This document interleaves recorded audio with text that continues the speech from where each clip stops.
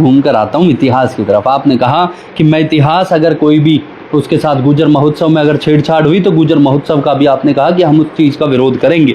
लेकिन अब इतिहास की बात आती है तो एक कोटेशन है, पहले मैं एक बार आपको ये दिखा दूं।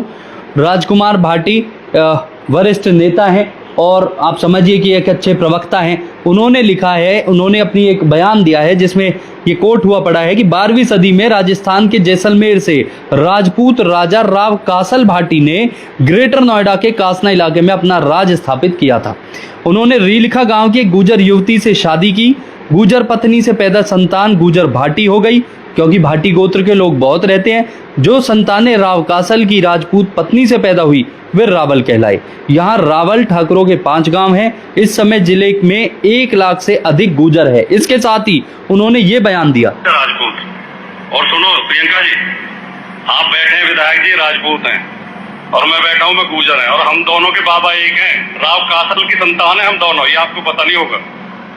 आप समझिए कि राव कासल की संतान है हम दोनों। गुजर और राजपूत को एक ही बताया है, भाईचारे वाली बात करी है। लेकिन आप कहते हैं कि इतिहास के साथ छेड़छाड़ ना हो, क्या इसमें छेड़छाड़ हुई है या नहीं हुई?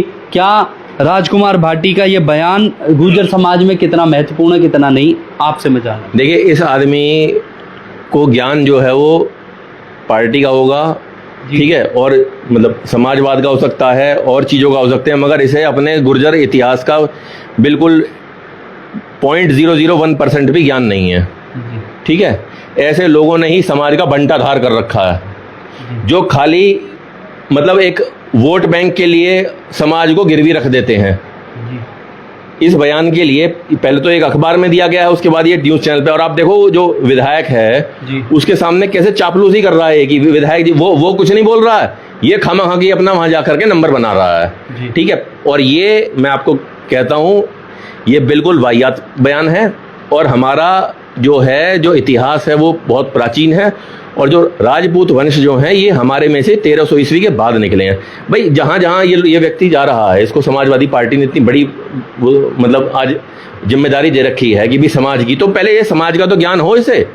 भाई जो भी समाज के लोग हैं, देखो ये क्या होती है, सस्ती लोकप्रियता पाने के लिए करते हैं ये लोग ये सब चीज़ें, ये जी समझ लो, नॉलेज है नहीं, इसे बोलूँगा मैं लैक ऑफ नॉलेज।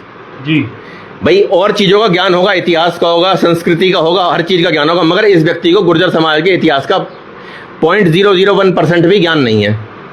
ये बताओ, जब दादरी में कालिक पुती थी वहाँ पंचायत रखी थी, मैंने तो नहीं देखा इसको वहाँ पे।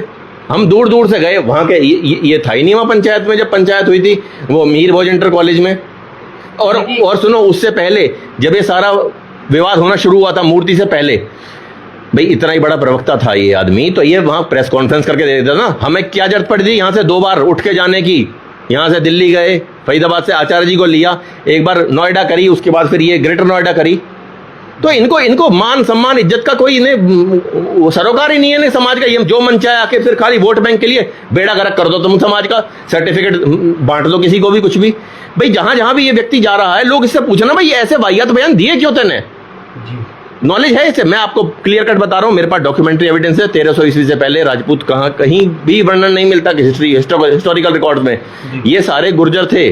और इससे पूछा जाए, भाई ये बता रहा है इसके बाबा, वो विधायक नहीं बोल रहा, ये बोल रहा है, तो हाँ, तो इससे पूछो राव कासल की जाति क्या है, वो भी तो बताए, वो भी तो बात करे ना, उस चीज पे भी तो बताए लोगों को। ये लोग कुछ नहीं करते, समझ रहे हो? इनको केवल ये है कि भाई समाज का बंटाधार करना है, ठीक है, तो ऐसी सस्ती लोकप्रियता के लिए ये लोग करते हैं। जो ये बयान दिया गया है कि रीलिखा गांव की गुजर युवती से शादी की, कुछ इसे नॉलेज ही नहीं है इस आदमी को, मैं क्या बताऊं इसको? भाई डिबेट करता होगा, हिस्ट्री में हमारे साथ करवा लेना डिबेट, हम आमने सामने, हमें बता कौन था क्या नहीं था। और एक बार नहीं, एक बार अखबार में दिया, फिर उसमें टीवी में दे रहा है।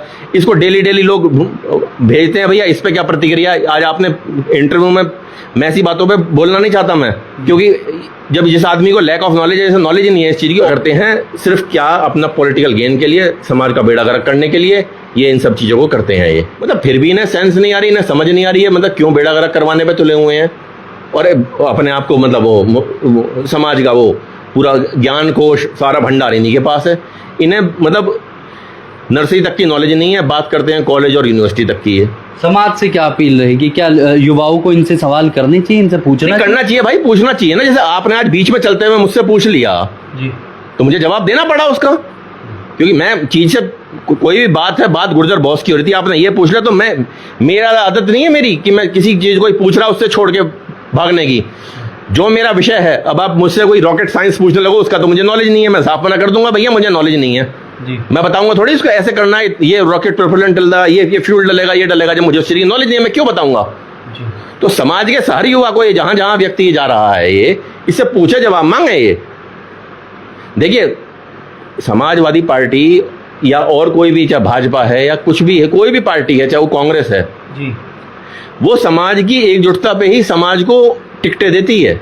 आप ये मानते हैं कि इन सब चीजों से इतिहास का हनन होता है, ऐसी बयानबाजियों से?